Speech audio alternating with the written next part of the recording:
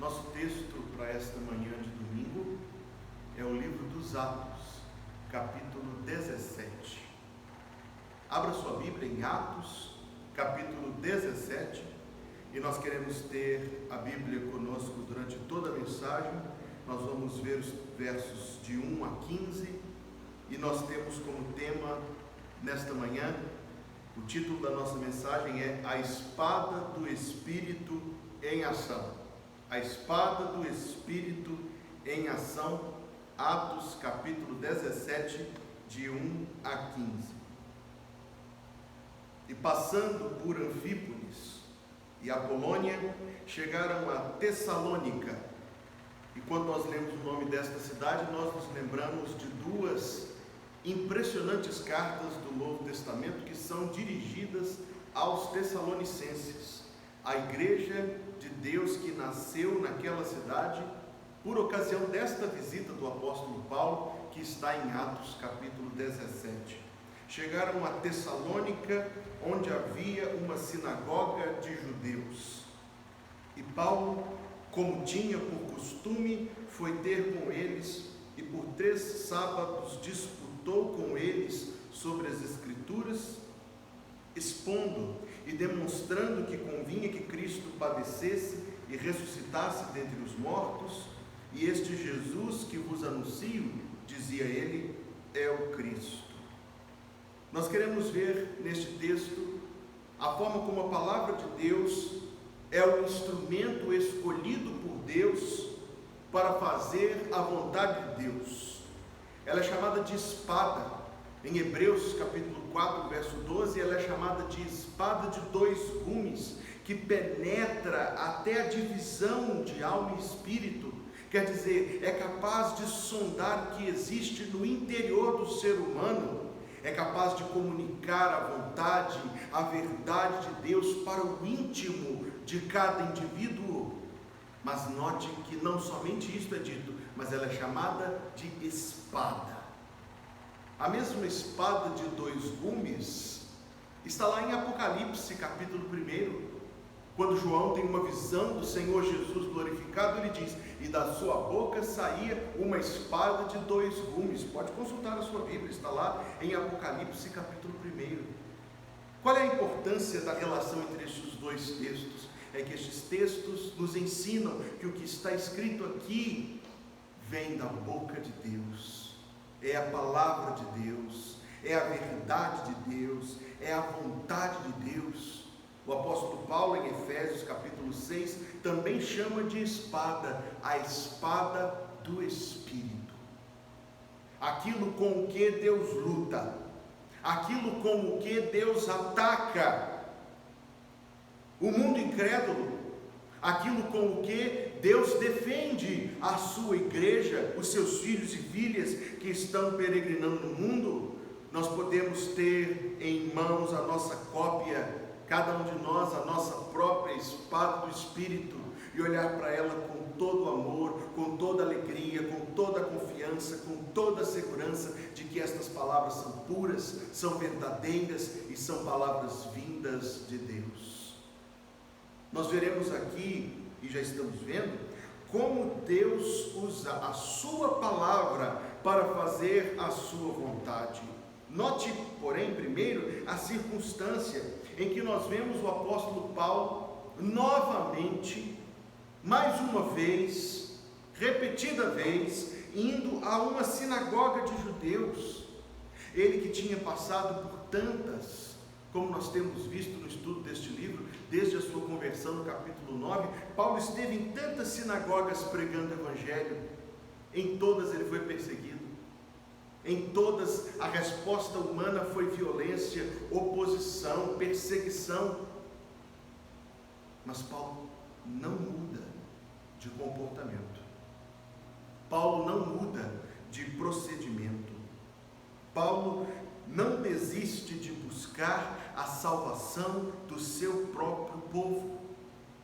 Se os comentaristas estão corretos e a carta aos Romanos foi escrita durante esta visita em Tessalônica, então nós temos algo impressionante para acrescentar para a nossa consideração, porque é nessa carta aos Romanos, capítulo 10, capítulo 11, que Paulo lamenta com expressões tão vívidas que o seu povo, os judeus, não crescem em Cristo como seu Salvador, a ponto de dizer que aquela era a sua oração contínua, a ponto de se expressar que ele desejaria ser perdido pela salvação dos seus. E aqui nós vemos que isso não é somente sentimento, é ação, porque apesar de todo o sofrimento, apesar de toda a oposição, como tinha por costume foi ter com eles, o seu povo, aqueles cuja salvação ele desejava tão ardentemente. Eu, como você, tenho parentes que não são crentes, tenho amigos que rejeitam o Evangelho, tenho pessoas que eu amo que não creem em Cristo como seu Salvador e Senhor, mas o texto desta manhã coloca-se para nós como uma mensagem muito clara da parte de Deus: não desista, não desista de orar pela conversão dos seus familiares, não desista de buscar a salvação das pessoas que você ama, talvez seu cônjuge, irmão, pais, familiares, amigos, vizinhos, que têm demonstrado desinteresse ou desdém pela Escritura Sagrada. Não desista, não desista, continuemos insistentemente, por amor a essas pessoas, a tentar alcançá-las com a palavra de Deus. O apóstolo Paulo não desistiu do seu povo, eu também não desistirei do meu, você também não desista do seu povo. Mas nós temos aqui, mesmo nestes iniciais versos, uma outra lição, uma lição de que nós não podemos permitir que frustrações impeçam a nossa vida cristã. Um homem que enfrentou tantas dificuldades, que trazia no seu corpo as cicatrizes que ele chama de marcas de Cristo, da crucificação de Cristo, que tinha sofrido todo tipo de injustiça e que um capítulo atrás, ou poucos versos somente, como víamos domingo passado, estava preso em condições tão torturantes. Ele não permite que as dificuldades, que as frustrações, que as lutas impeçam a sua vida cristã. Não é esta uma lição preciosa que nós precisamos aprender? Porque temos visto sempre, e com uma repetição tristíssima, pessoas que permitem que dificuldades se façam um obstáculo para a sua vida cristã. Talvez mesmo nesta crise que estamos vivendo, alguns estejam aí acabrunhados, melancólicos, entristecidos, descrendo do Senhor, da fidelidade do Senhor, das promessas do Senhor e da palavra do Senhor. Meus amados, meus queridos irmãos, não permitamos que oposições, que dificuldades, que frustrações impeçam nossa vida cristã, impeçam o nosso ministério, o nosso serviço a Deus. Se estamos sendo postos à prova, venceremos ou sucumbiremos o teste rigoroso da nossa fidelidade, mas que possamos vencer, e que mesmo esta ou quaisquer outras lutas que estejamos a atravessar não possam atacar a nossa fé. Nós devemos aprender esta lição da Escritura, ao mesmo tempo em que buscamos, porque temos este exemplo, buscamos a salvação dos que amamos, nós também aprendemos a lição preciosa de não permitir que dificuldades abalem as nossas convicções. Por que este homem fazia o que fazia?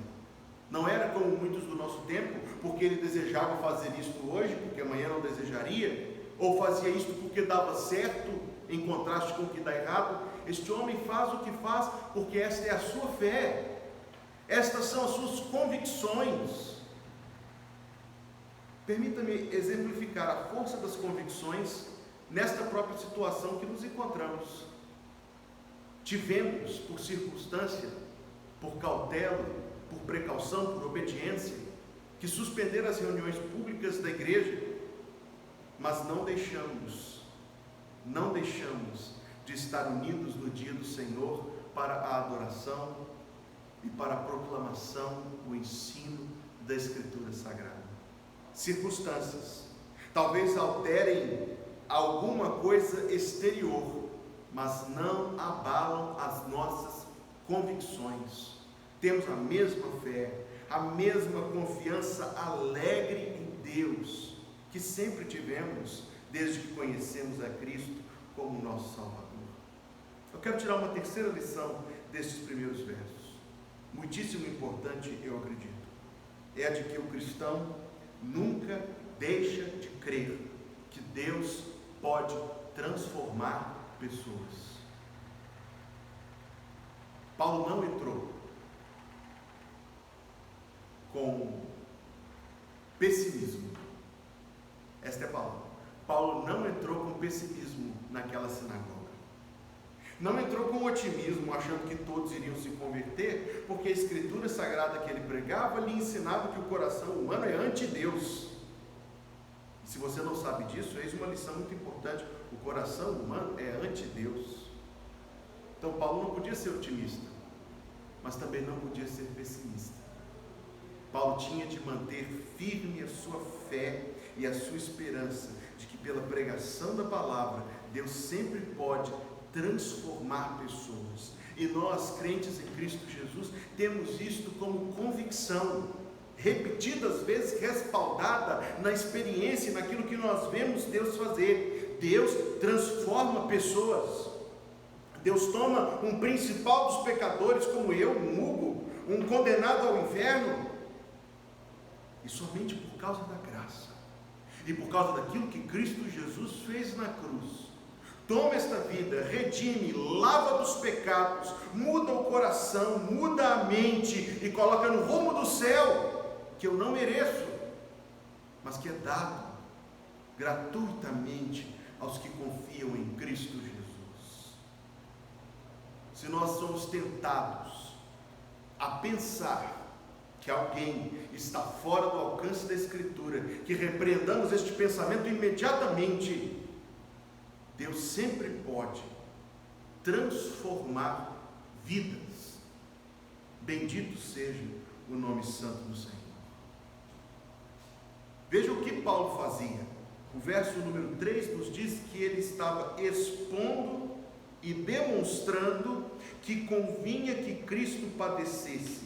O final do verso 2 diz: disputou com eles sobre as Escrituras. Note isto, marque isto na sua Bíblia: sobre as Escrituras, expondo e demonstrando que convinha que o Cristo padecesse e ressuscitasse dentre os mortos. Veja que a Escritura Sagrada, ela não deve ser somente o pano de fundo da nossa forma de pensar, ou nós devemos trazer aqui ideias de filósofos, de psicólogos, de historiadores, de autores, de poetas e de como é que fala quem faz filme? Cinematografista. Cinematografista. Quem faz filme? Vejam, meus amados irmãos, que a gente não perde certos traqueiros, né? Não importa. Nós não podemos trazer aqui ideias humanas e dizer: tal autor pensa isso, e tal fulano cita tal isso, e a Bíblia realmente diz algo nesta direção, colocando a Escritura Sagrada no fim do nosso raciocínio, amparo do nosso raciocínio, conclusão. Não. A Escritura Sagrada é a essência da nossa mensagem. Não basta que nós sejamos bíblicos na nossa intenção, nós temos que ser bíblicos do começo ao fim e em todo o percurso. Nós temos que ser bíblicos na nossa essência, nós temos que ser bíblicos em toda a nossa forma de pensar, porque a ideia de alguém é oposta à ideia de outra pessoa, mas as ideias de Deus são supremas. Deus não sequer, eu posso dizer, ideias. As afirmações de Deus são autoridade e têm poder. As minhas ideias, os meus pensamentos não produzem vida, mas a palavra de Deus produz vida. Isto aqui, talvez um pouco de contexto nos ajude melhor, pelo fato de que o judaísmo, nos tempos do apóstolo Paulo, era cheio de mitos, de tradições, de mestres, de lendas. Paulo despreza tudo isto. O texto diz: disputou com eles sobre as Escrituras. expondo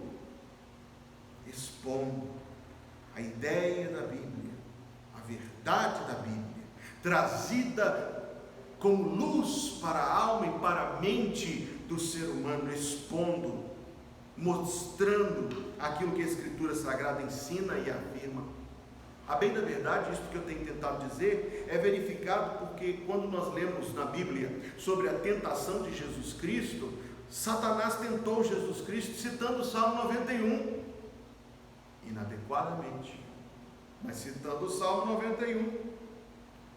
É preciso que a Escritura tenha uma voz poderosa na nossa vida, nas nossas convicções, na nossa conduta, na nossa fé. Nós não venceremos a batalha espiritual, nós não avançaremos o reino de Deus se nós nos munirmos de armas, como filmes e vídeos e como coisas humanas. A espada do Espírito é a palavra de Deus. Disputou sobre as Escrituras, expondo e demonstrando, quer dizer, mostrando algo de prático daquilo que está sendo dito e demonstrando que Cristo, convinha que Cristo padecesse e ressuscitasse dentre os mortos. Não há nenhuma página da Bíblia, não há nenhum trecho da Bíblia, não há nada na Bíblia que não fale de Jesus. Se você olhar para o Antigo Testamento, para as profecias, se você olhar para a lei, para a história de Israel, para o Cântico dos Cânticos, para os Salmos, para os Provérbios, em tudo você encontra, de alguma forma, Cristo Jesus. E aí, na vida do salvo, e na comunicação do salvo, da Escritura Sagrada, nós encontramos e devemos fazer esta mesma coisa. Nós devemos, com todas as pessoas do nosso relacionamento, demonstrar, expor a Escritura e demonstrar o Salvador, a nossa fé convicta em Jesus, o nosso apego, a nossa confiança em Jesus. Permita-me mais uma vez aplicar a verdade do nosso texto de hoje à situação que estamos vivendo. Talvez você conheça pessoas que estão passando por momentos de terrível angústia enquanto vemos o avanço desta doença. Talvez você conheça pessoas que estão apavoradas, transtornadas. O que fazer? Unir-se ao desespero delas. Vou gritar com elas. Chore com elas se necessário for, mas não se desespere com elas. Demonstre confiança no seu Salvador. Ele será grandemente honrado se você fizer assim. Ele será engrandecido se você confiar nele. E a confiança que você demonstra, aliada ao seu testemunho de salvação, aliada ao seu compartilhamento do Evangelho, será poderoso instrumento eficaz nas mãos do Espírito Santo, para a glória de Deus, para a salvação de vidas, para o testemunho do Evangelho. Então nós temos aqui a entrada de Paulo em Tessalônica. Nós vemos a forma como, antes de tudo, ele é um homem dirigido pelas suas convicções, assim como nós devemos ser dirigidos por nossa fé, por aquilo que cremos a respeito de Deus e da sua palavra. E nós vemos ele se fazendo um grande soldado do reino de Deus, lutando com a espada do Espírito nas suas mãos. E o que acontece quando isso acontece? Qual é o resultado desta fidelidade? Qual é o resultado desta convicção? Maravilho-me com você em poder ler o verso 4, que diz: e alguns deles creram. Lembre-se de Gênesis capítulo 1, verso 1, do verso 2, do verso 3, a narrativa da criação, onde a palavra de Deus diz: haja luz, e houve luz, e Deus dá comandos, e a resposta aos comandos de Deus, as coisas vêm à existência, e por fim Deus ordena a vida, e a vida surge, a luz surge, a vida surge, as coisas surgem, por resposta ao comando de Deus. Se Deus pode dizer ao nada, haja luz, e do nada brotar a criação, Pelo Evangelho, Deus diz ao cadáver espiritual, à alma condenada, algemada, morta, Deus diz pelo Evangelho: haja vida, e o morto passa a vida, e o entenebrecido passa a luz. A palavra de Deus é vivificante, a palavra de Deus é criadora, e é pela mesma palavra que Deus cria uma nova vida em pessoas que estavam separadas dele. É pela mesma palavra que Deus cria igrejas, que Deus sustenta cada uma das suas igrejas. É pela mesma palavra que Deus opera a sua vontade. As ações de Paulo, dirigidas pelas suas convicções, o levaram a pregar o Evangelho num ambiente talvez inóspito, num tempo talvez hostil, mas o texto diz: alguns, não muitos. Isto vem do plano e da vontade do Senhor, isto vem daquilo que nós não podemos compreender, mas alguns deles, alguns daqueles judeus, creram. E a lição aqui é uma só: a pregação da palavra sempre tem fruto. Vou dizer novamente: a pregação da palavra sempre tem fruto, mesmo pelo YouTube. E alguns deles creram e ajuntaram-se com Paulo e Silas. Veja que coisa maravilhosa é perceber esta verdade da Bíblia para nós neste texto, nesta manhã. Salvos sempre andam juntos. Alguns deles creram e, por natural desenvolvimento da sua fé, por consequência de terem crido, ajuntaram-se com Paulo e Silas. Note que naquele momento, ajuntar-se a Paulo e Silas era um divórcio do mundo, era um rasgo, uma quebra de toda a forma como tinham vivido.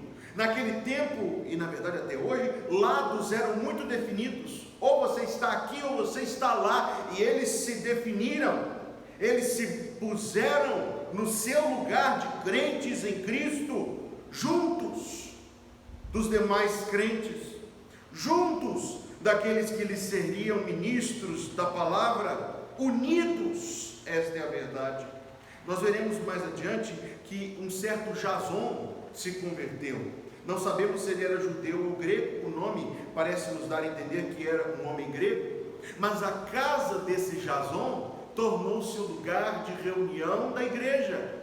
Assim como em Atos 16 foi a casa de Lídia, em Atos 17 em Tessalônica foi a casa de Jason que se tornou o lugar de reunião da igreja.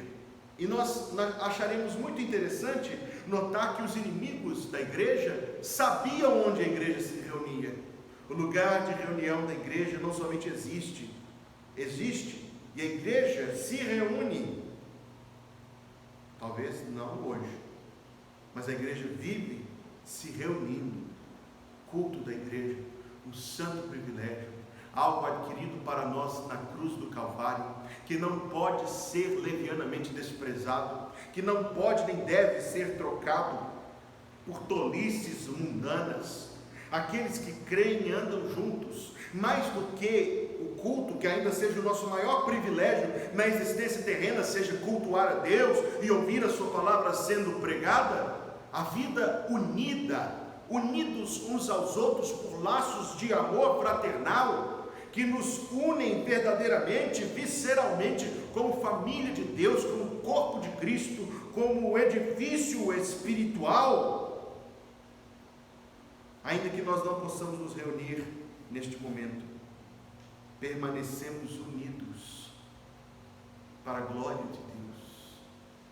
E ainda que estejamos a viver um tempo de particular provação, Ele não deve apagar em nós as marcas de salvos, as marcas de servos de Deus, do amor fraternal, da comunhão cristã, da busca sincera do Senhor com todo o nosso coração.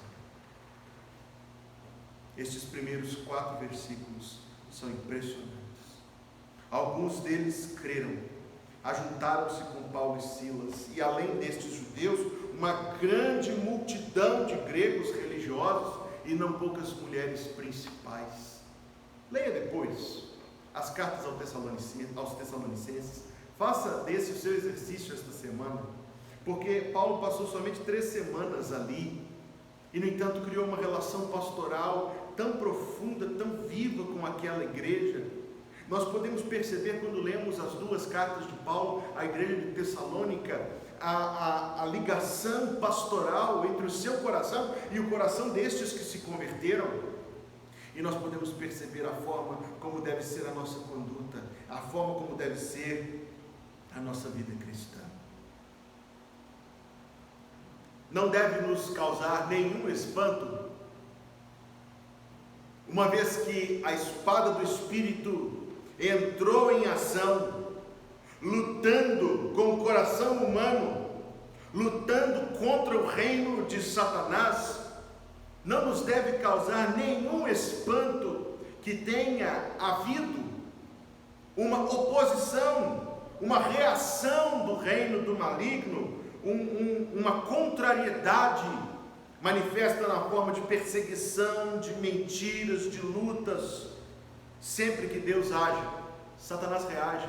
Isso não deve nos causar nenhum espanto, mas devemos notar com diligente atenção, como alunos da Bíblia, as coisas que acontecem nos versos em seguida, para que elas possam produzir em nossa alma edificação, maior compreensão das coisas de Deus, maior utilidade no reino de Deus.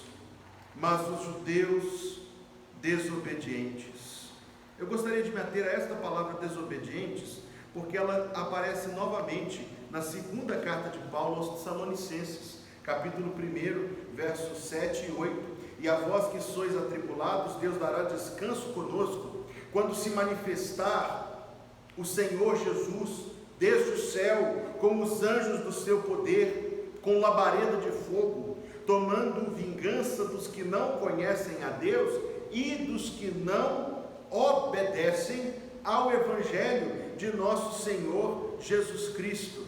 É por isso que está escrito os judeus desobedientes. Desobedientes porque não obedeceram ao Evangelho. Mas o Evangelho não ensina a salvação por obediência, exceto na ordem que Jesus Cristo pregava de lugar em lugar: arrependei-vos e crede no Evangelho.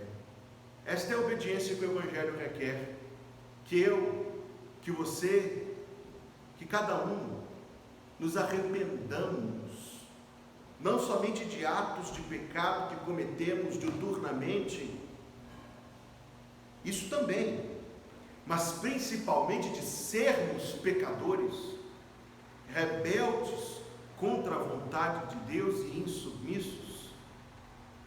Esta é a obediência que o Evangelho requer, porque é o que Jesus Cristo, está lá em Marcos 1,15, pregava de lugar em lugar: arrependei-vos e crede no Evangelho.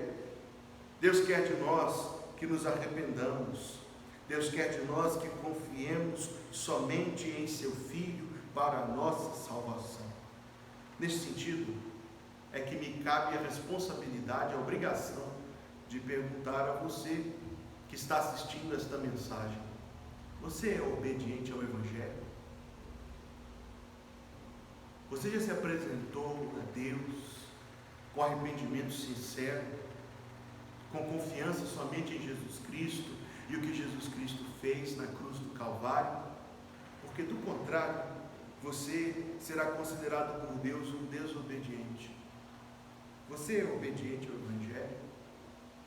Se não, que a graça de Deus possa tocar o seu coração mesmo nesta hora e levar você a compreender isso e a buscar a Cristo como seu Salvador no seu coração. Olhe aí onde você está a Deus e diga: Deus, salva-me em nome de Jesus.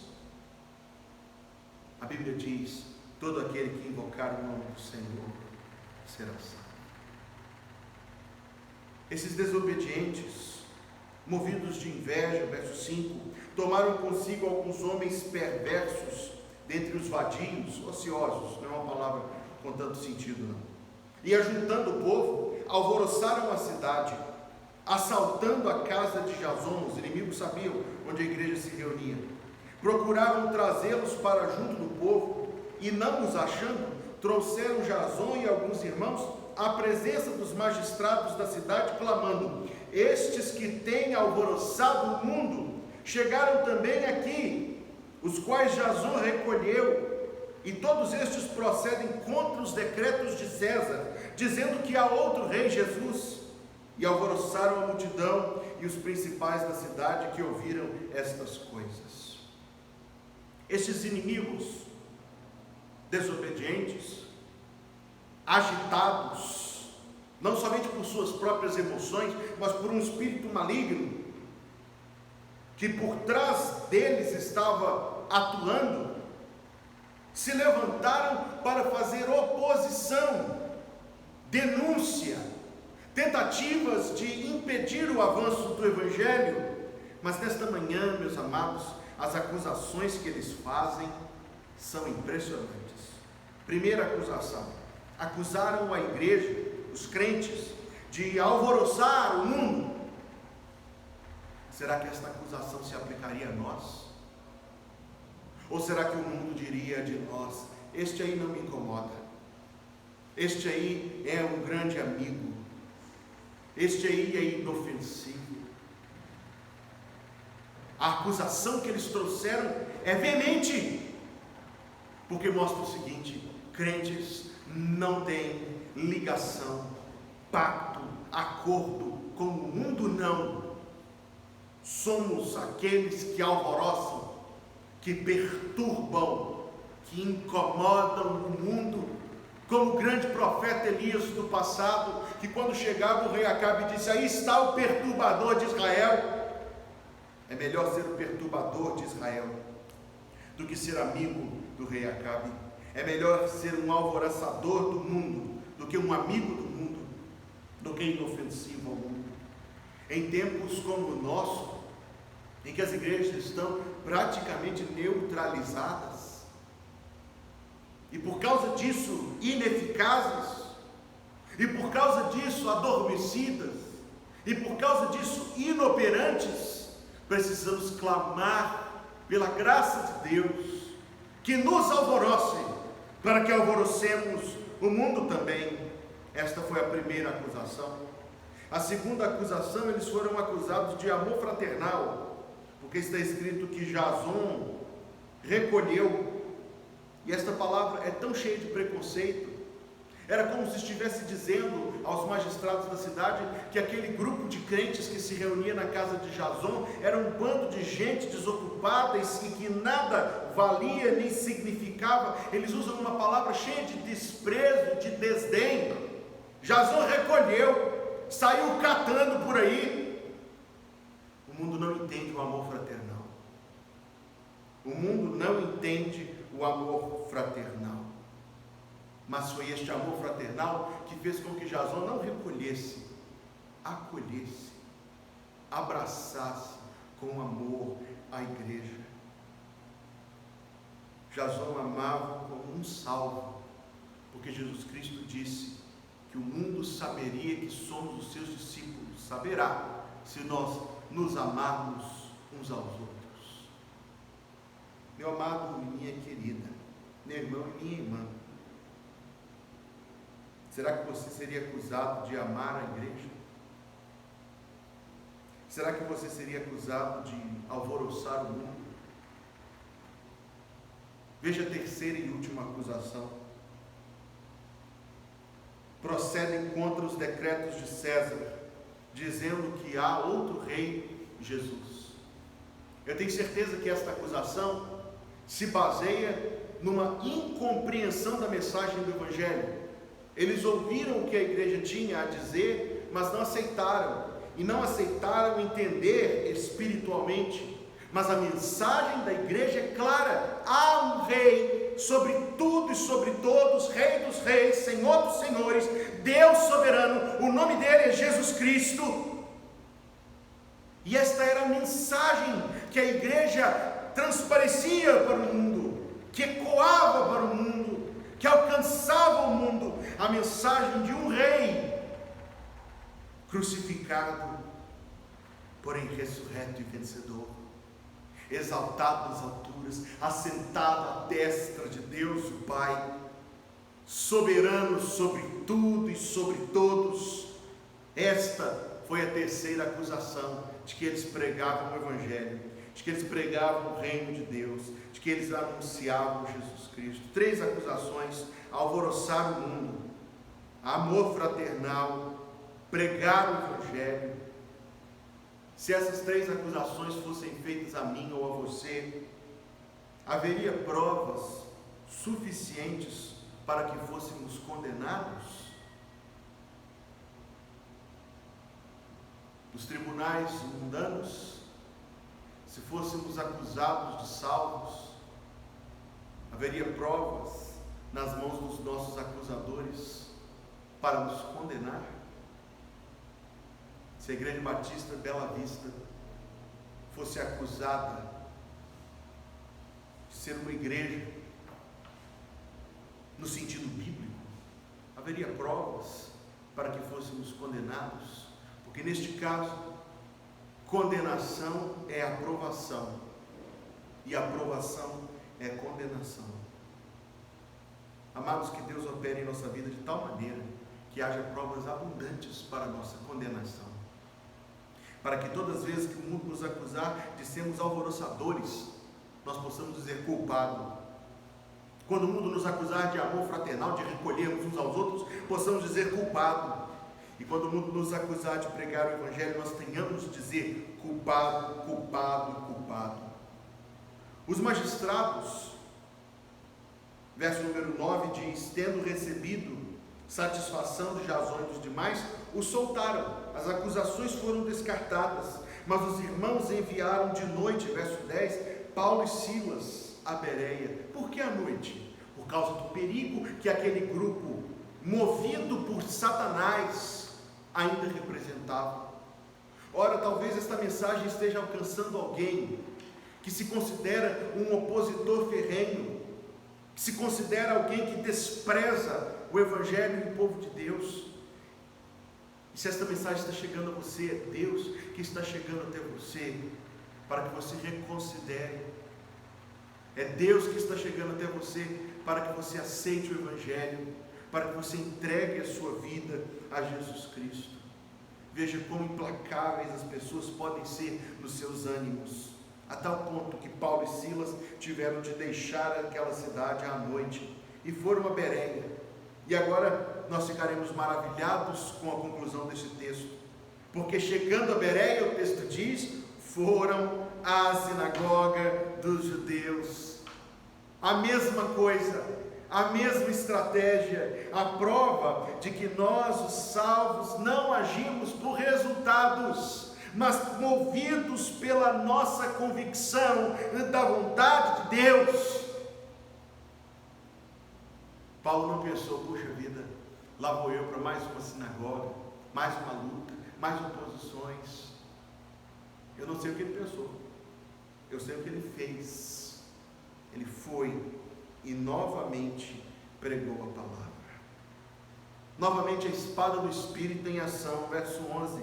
Estes, os de Bereia, os chamados bereanos, e quantas igrejas se chamam igrejas batistas bereanas, por causa deste grupo, foram mais nobres do que os que estavam em Tessalônica, porque de bom grado receberam a palavra, examinando cada dia nas Escrituras se estas coisas eram assim, de sorte que creram muitos, e também mulheres gregas de classe nobre, e não poucos homens.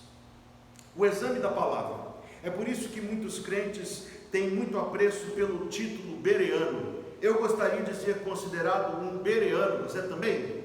Eu gostaria de poder usar este nome, porque a história dos bereanos é daqueles que examinavam a Escritura.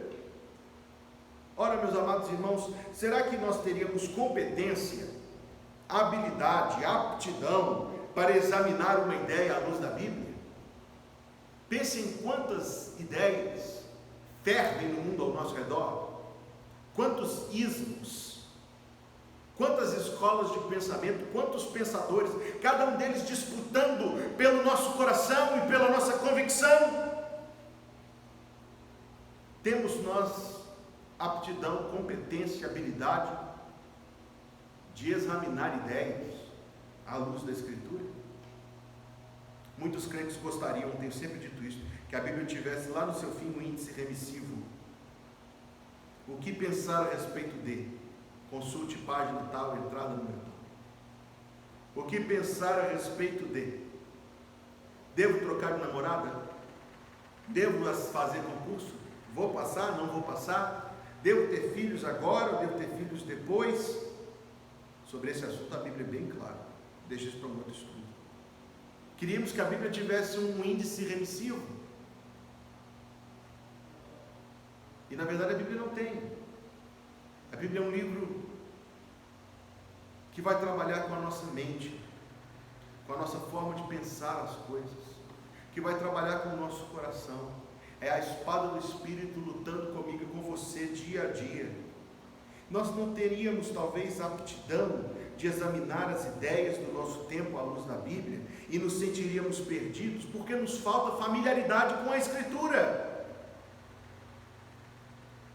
Para sermos bereanos, se estaremos à altura deste nome, devemos nos familiarizar com a Escritura, tornar-nos amigos da nossa Bíblia, conhecedores das suas páginas, conhecedores das suas verdades, e então teremos suficiente critério para que, diferente de muitos do nosso tempo, até ditos evangélicos, não sejamos sequestrados por ideias absurdas, contrárias à Escritura Sagrada, abraçadas sem nenhuma reflexão por aqueles que não conhecem da Bíblia o suficiente para examinar a sua forma de pensar.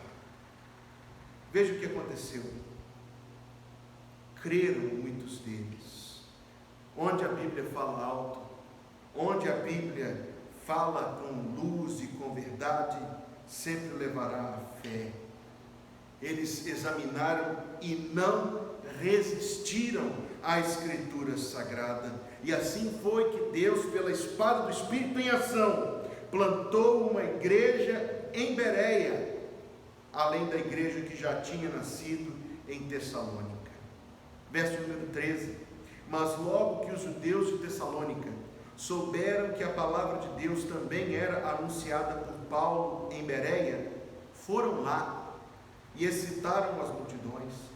No mesmo instante, os irmãos mandaram a Paulo que fosse até ao mar, mas Silas e Timóteo ficaram ali. E nosso último verso para hoje: e os que acompanhavam Paulo o levaram até Atenas, onde chegaremos no domingo que vem. E recebendo ordem para que Silas e Timóteo fossem ter com ele o mais depressa possível, partiram. Ao lermos o livro dos Atos, esta é a nossa última lição nesta mensagem. Parece que Paulo estava sendo sempre empurrado pelas perseguições. Chegava num lugar, mal conseguia criar raízes, logo se levantava outra oposição articulada por Satanás e ele tinha de deixar. Parece que Paulo era um fujão, parece que Paulo era um andarilho, alguém sem rumo, sem planos. Parece, eu repito, que Paulo estava sendo empurrado pelas perseguições. Mas só estudando este texto, junto aos outros textos que já temos visto, é que eu percebi que as próprias perseguições eram um instrumento da mão de Deus para o avanço do Evangelho, para o avanço do reino, para a salvação de vidas. Não fosse a perseguição em Filipos, não chegaria Paulo em Tessalônica, onde muitos foram salvos. Não fosse a perseguição em Tessalônica, Paulo não chegaria em Bereia, onde muitos foram salvos. Não fosse a perseguição em Bereia, ele não chegaria em Atenas, texto que veremos no domingo que vem, onde alguns também foram salvos, e de lá para Corinto, onde outros foram salvos, e assim sucessivamente. Não eram as perseguições que empurravam Paulo, não. Era Deus que o conduzia graciosamente, soberanamente, paternalmente, divinamente. Apesar, meus amados irmãos, das perseguições, das dificuldades e das oposições, Deus continuou a fazer a sua vontade. Agora veja, e esta será a nossa última lição. Deus igualmente está soberanamente dirigindo as nossas vidas neste tempo. Nós devemos nos apegar confiadamente ao Senhor, à sua palavra, às suas promessas, firme nas promessas, como cantávamos. Nós devemos de Deus esperar sempre o melhor, e nós devemos procurar fazer, mesmo deste momento em que você está dentro da sua casa, uma oportunidade singular, preciosa, de alcançar outras pessoas com o Evangelho. Eu tenho certeza que Deus não preparou estes dias de quarentena para você passar o dia no Netflix. Tenho certeza que Deus não preparou esses dias para você passá-los dormindo. Eu tenho certeza que Deus não preparou estes dias para você gastá-los fazendo aquilo que te agrada e que te entedia. Eu acredito antes convictamente que Deus separou estes dias, primeiro de tudo, para o quebrantamento do coração do seu próprio povo. Não dá, meus amados irmãos, para estarmos num ano tão trágico como 2020, com enchentes e com doenças e com escândalos de toda parte, e a igreja continuar sem alvoroçar o mundo adormecida, plácida. Primeiro de tudo, Deus quer quebrantar o meu coração e o seu. Deus quer que eu e você dependamos mais dele e busquemos mais o Senhor na nossa oração. Deus quer que nós usemos, que nós transformemos esta grande oposição numa grande plataforma de pregação do Evangelho. Eu acredito que Deus queira a salvação de vidas, e eu oro para que seja um tempo até de um grande avivamento espiritual, despertando cada parte adormecida do corpo de Cristo para uma vida cristã real,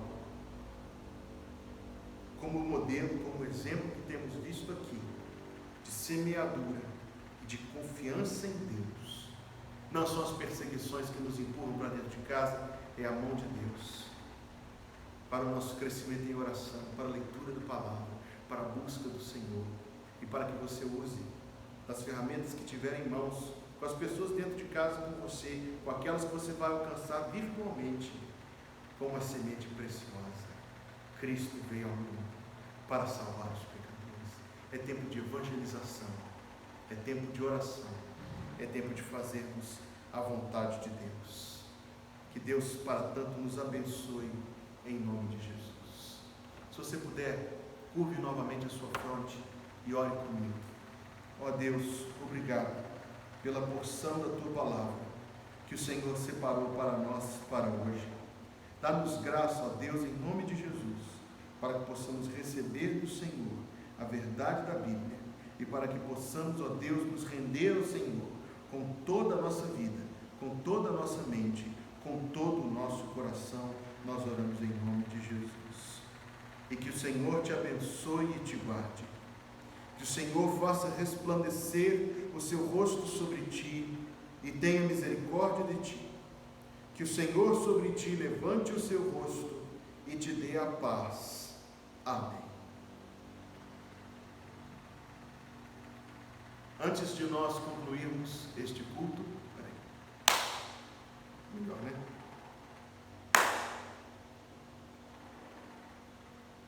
Ao concluirmos esta hora de culto, agradecemos pela sua participação e desejamos que você participe conosco, tanto na quarta-feira do culto de oração, quanto na sexta-feira da classe da escola dominical. Nesta página do YouTube há muitos outros cultos, e na página do YouTube do pastor desta igreja, @HSZica, você encontra várias mensagens e estudos bíblicos que foram trazidos aqui no púlpito da Igreja Batista de Bela Vista, que estão à sua disposição para a sua bênção, para a sua edificação espiritual. Por favor, saiba que a igreja está ao dispor dos membros e da comunidade. O número WhatsApp está informado também na descrição deste vídeo, e sinta-se à vontade, sinta-se livre para procurar. Se você precisa de alguém para orar com você, mande uma mensagem. Se você se sente agoniado, mande uma mensagem. Se nós podemos fazer algo por você, em nome de Deus, procure-nos. Agradecemos a sua participação, que Deus te abençoe e até o nosso próximo encontro.